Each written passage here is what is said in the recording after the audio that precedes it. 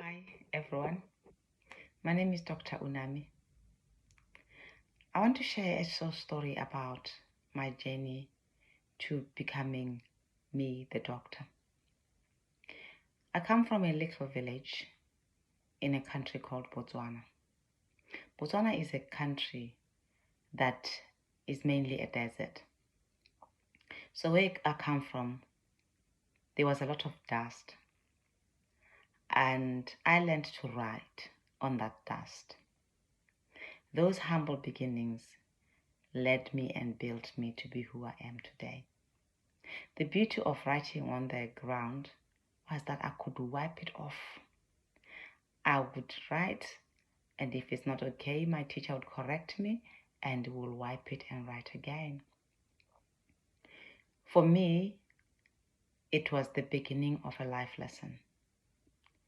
When you try and you don't get things right, you try again.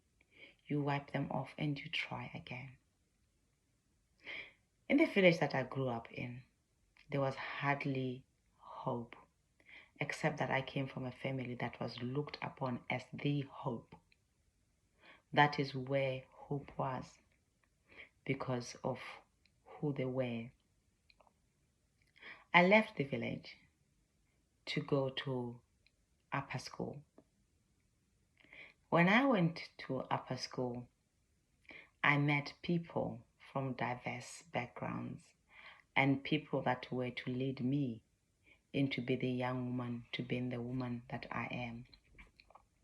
I remember at high school, when I had just finished writing my O-levels, I went to the career guidance office and sought guidance in terms of what it is that I could do with the subject areas that I was so good at, being food and nutrition and the sciences.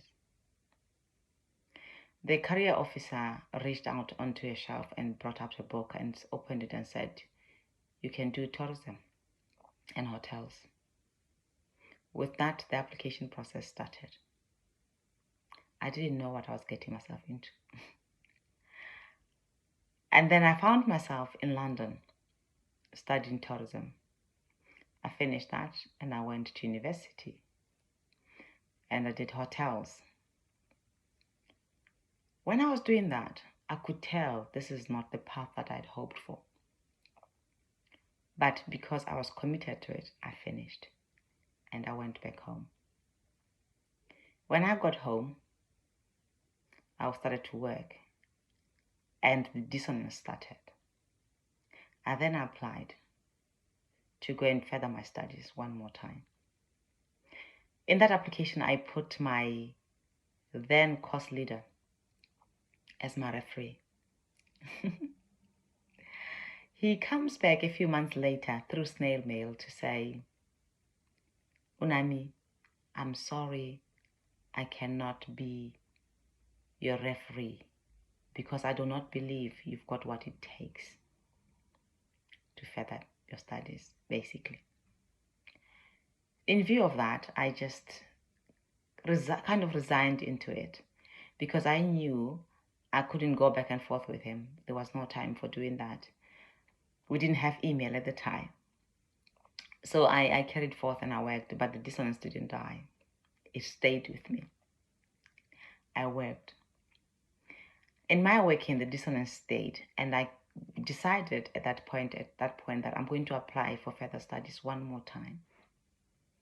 That brought me back to studying in England, and I did an MBA within consultancy. One would wonder why. It's because I did not really believe the path that I had found myself on was what I wanted. This MBA had in-house consultancy in it. I did that. When I finished, I went back and I became a consultant. It was beautiful. I loved it. But still, the dissonance stayed. I then applied to study for a doctorate, and I did. In doing that, the journey wasn't easy. Remember now, I have to pay for myself. And I was now older. I had a family. I applied and I started this doctorate journey. Not so long, it became challenging one more time. Why, one may ask? It became challenging because I had to pay the fees and the money ran out. As you may know, consultancy is not always there. There are peaks and there are troughs, there are highs and there are lows. And at that point, we had hit a low. I then had to carry on trying to study until the university said they are going to suspend me because I was not able to pay the fees. That allowed me time to find more work, and I eventually did. And I paid off the university. And it was time for me to re-enroll now.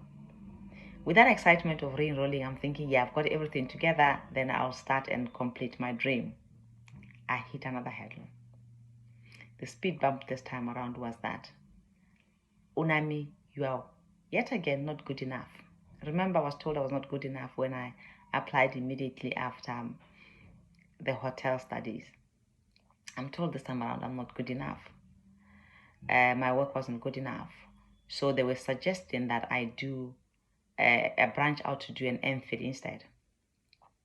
I declined that. I engaged with the university and eventually they agreed and I carried forth. And I worked really, really hard. There were days where I would be in the office for close to 30 hours without taking a break. And then I would go home, have a shower, and take a 30-minute power nap on a couch. The reason for sleeping on the couch was so that I do not become comfortable and finding myself not going back to do what I needed to do. That was all good and beautiful to some, but my body wasn't happy with it. A day of reckoning came. On this day, I left the office as I would usually do, went home, had a shower, took a power nap, and I thought, let me quickly run around, and I went to the local shopping center. When I got to the cashier's point, I felt quite unwell, and I said to the cashier, I'm not well.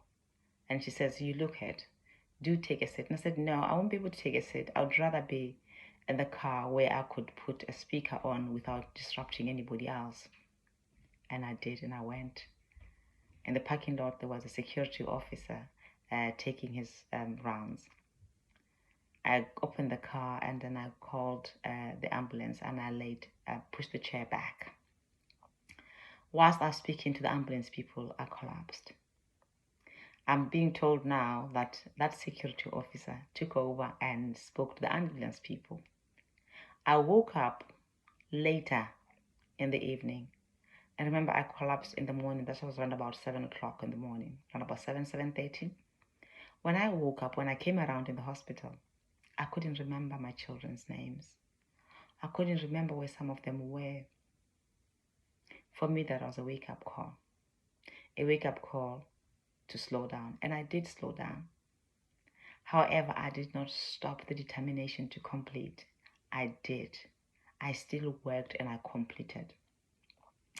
In completing this doctorate journey, I submitted my document, my thesis, and I had to go and defend my thesis. I did. I went and I defended my thesis in a room of people that I had never met before. I then went out and sat and waited with my supervisor for them to take time to deliberate or to make their assessments. At some point later on, they called us. It felt like we had been waiting for the longest. And we went back in. My supervisor opened the door for me and ushered me in, and I went in. And as I turned around, I walked in with my supervisor behind me. There was a standing ovation. And one professor extended her hand and said, let me be the first to congratulate you and call you Dr. Unami Matungu. At that moment, I just broke down and I cried. I sat down. I was ushered to sit. I sat down, and they were asking me how I felt. And then they said to me, why are you crying? And then I realized immediately that I still had to defend myself, even after being a doctor. And I did. And I did. And they said to me, Unami, you are one of the few people that we have been supervising throughout the years and has very little corrections to make. I had 2 hours worth of corrections to make, which I did and I completed in 2 weeks. I graduated the same year that I was meant to graduate in. No extension, nothing. I graduated. This village girl graduated. And throughout my journey, I remembered one very poignant thing. My father would always say, when you fall, my child, remember not to stay down for long. Do not allow the dust that rises when you fall to come back and gather on you whilst you are on the ground. I ensured at all times that whenever I fall, I rise up.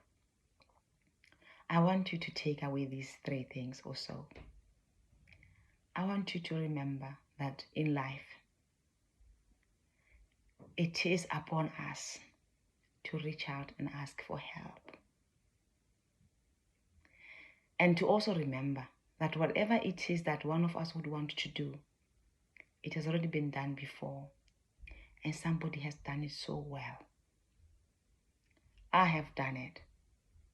You also can do it. That doesn't mean it's going to be easy. People will see the end result. They would not know the journey. It's like being pregnant. People will see the baby, but they do not know the labor pains because they did not labor. I want to say to all of you that we can do it. I wanted to be that one person that can be a shoulder for someone else to stand on. I am here to encourage you, to support you, and say, yes, we all can.